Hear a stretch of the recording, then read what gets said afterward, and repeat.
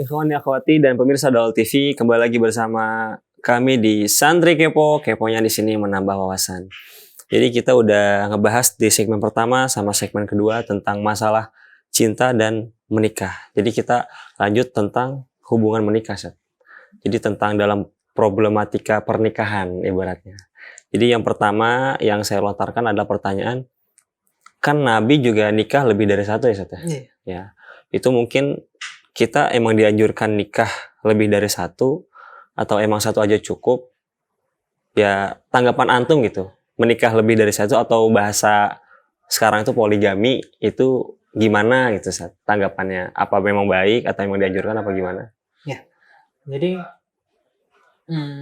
Al-Fakir dulu juga sempat bertanya-tanya, istilahnya penasaran ya, apakah lebih dari satu itu poligami atau bahasanya tadi itu sebuah anjuran atau seperti apa. Ternyata di banyak kitab, tidak semua ya, di banyak kitab yang Al-Fakir temukan bahasanya itu adalah al-ibahah, yang artinya boleh saja, bukan dianjurkan. Termasuk salah satunya di tulisan di kitab Nizamul Usrah karangan Said Muhammad bin Alwi Al-Maliki atau yang kita kenal dengan Abu Ya Maliki.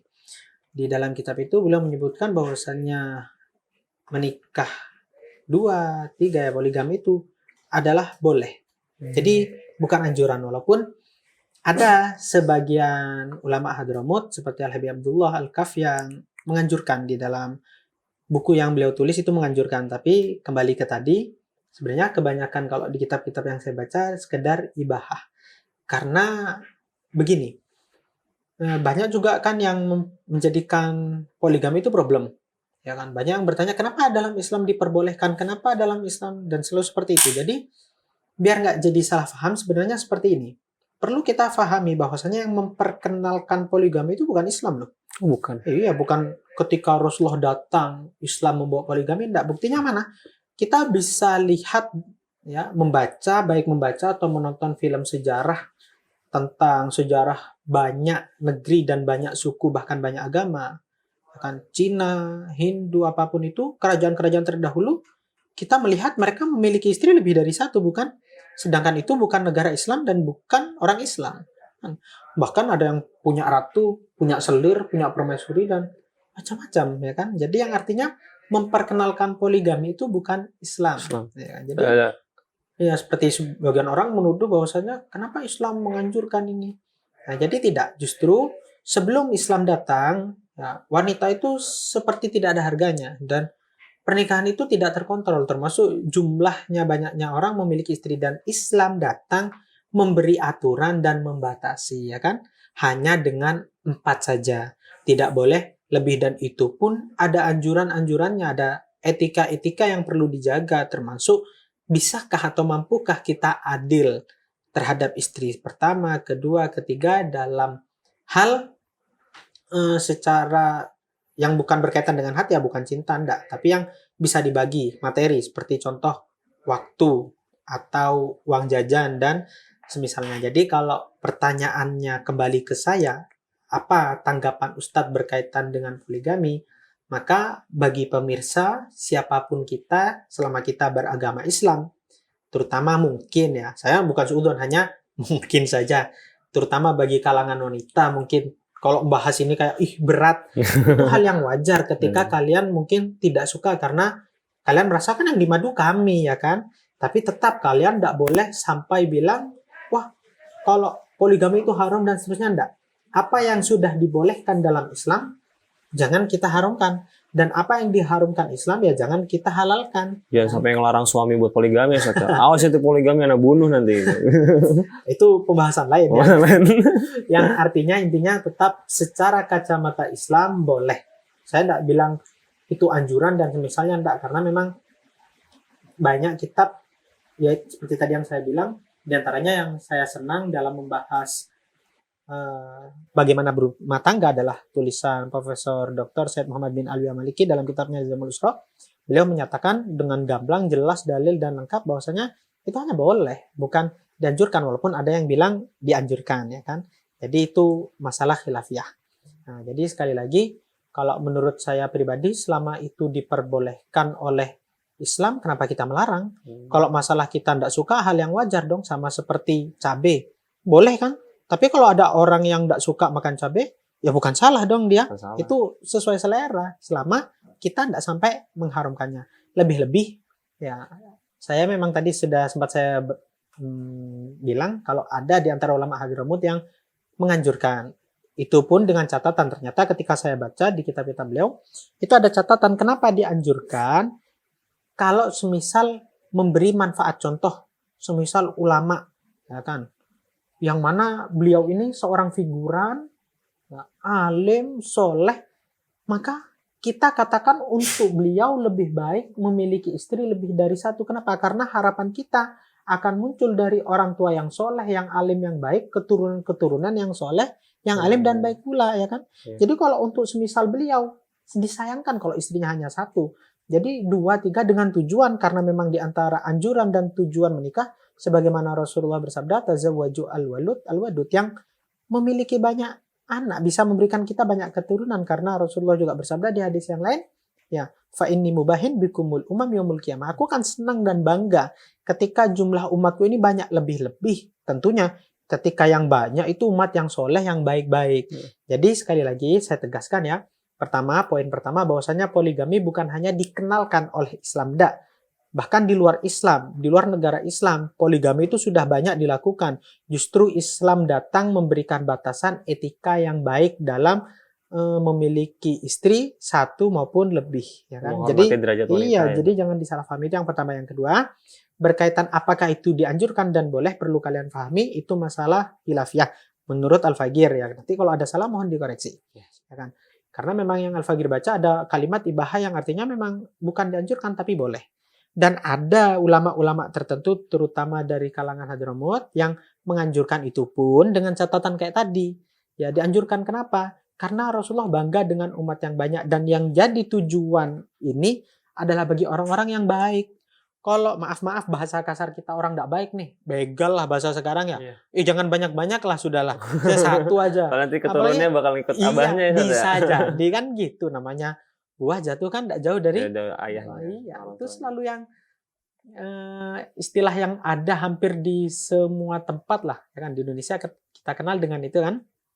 Bahwasanya buah jatuh tidak jauh dari pohonnya. Bahkan di negara-negara barat pun ada istilah like father like son kan.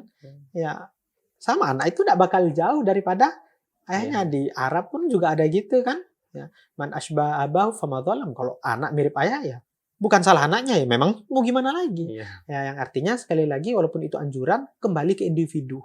Antara apakah lebih baik poligami atau monogami. Itu kembali ke masing. Jadi itu mungkin tanggapan dari saya. Sekali lagi, jangan sampai perasaan emosi kita ya mengacau pemikiran sehat kita. Jadi apa yang diperbolehkan oleh syariat jangan dilarang, dan apa yang dilarang oleh syariat ya jangan dihalalkan. Nah, kembali ke masalah ini, kalau kita tidak suka, kembali ke selera ya silahkan. Dan tidak semua orang boleh berpoligami, ada yang boleh tergantung kemampuan, ada yang nggak boleh justru bisa jadi haram, ya kan. Jadi ada yang dianjurkan ya justru bagi orang-orang yang ahlus shalah. Jadi intinya poligami itu tidak dianjurkan dan tidak juga diharamkan. Intinya boleh ya, Ustaz. Kalau pemirsa bisa memenuhi kebutuhan atau bisa bertindak adil kepada istrinya atau bisa memberi nafkah secara rata, itu nggak apa-apa ya, Ustaz, ya, nikah lebih dari satu.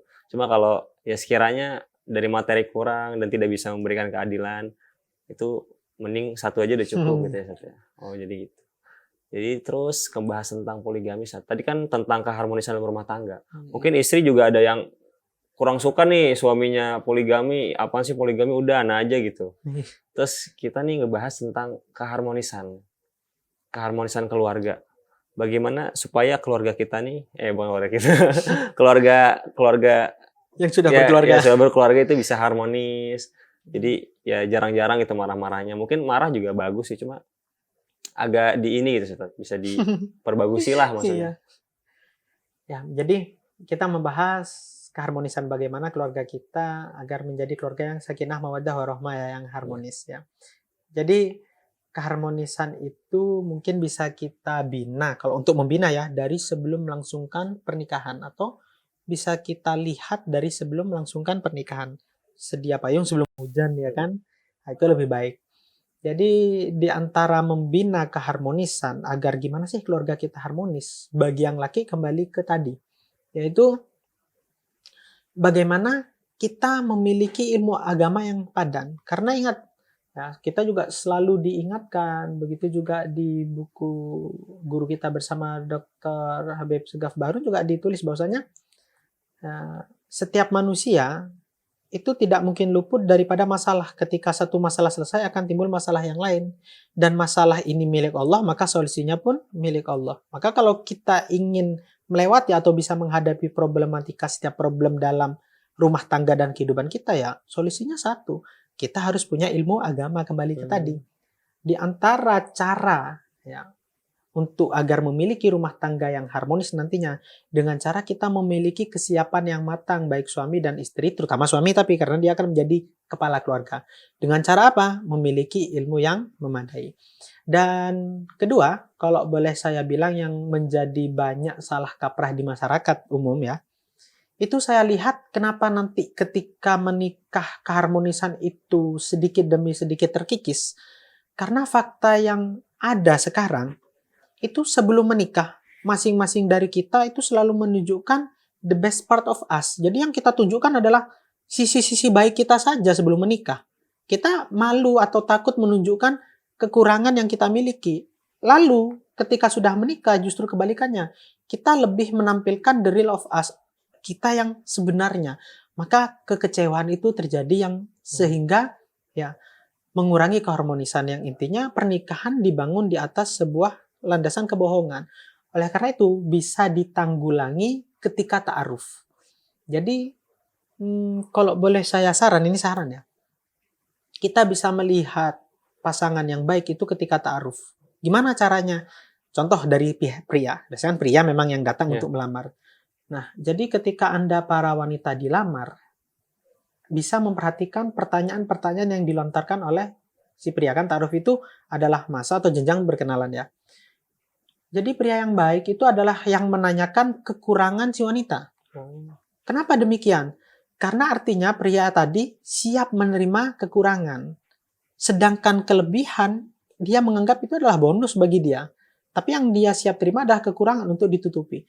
Tapi kalau orang hanya menanyakan tentang apa kelebihanmu, apa yang kamu bisa, apa yang kamu capai, maka dia hanya akan senang dengan apa yang kamu miliki, kelebihanmu. Tapi ketika dia melihat kekurangan kita, dia akan kecewa.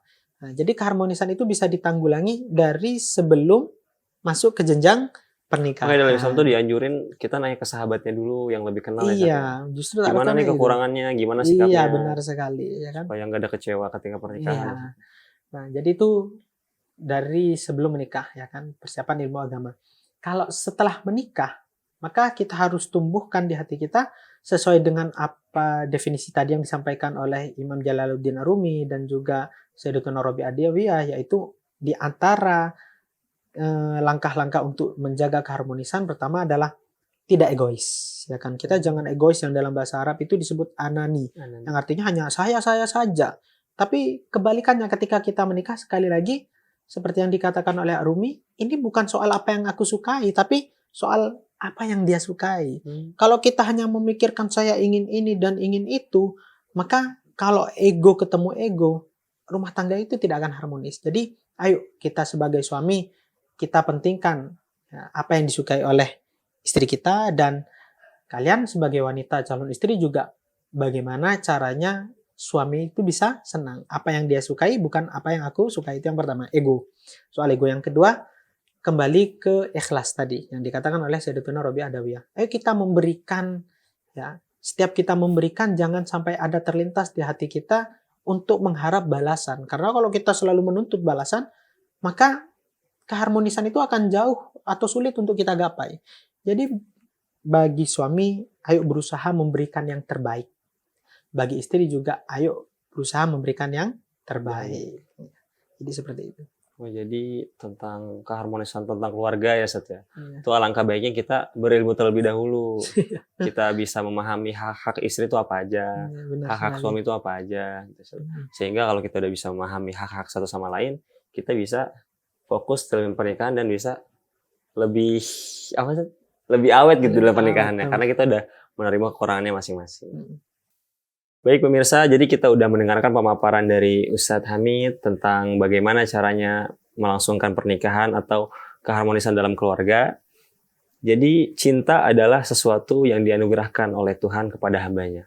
Maka jagalah anugerah tersebut dengan menikah atau dengan menjalani pernikahan dengan sesuai syariat Islam dan mengamalkan sunnahnya Nabi. Siap menerima kekurangan untuk melengkapi kesempurnaan. Saya Fahmi Idris undur diri dan bintang tamu Ustadz Hamid Al-Hamid undur diri.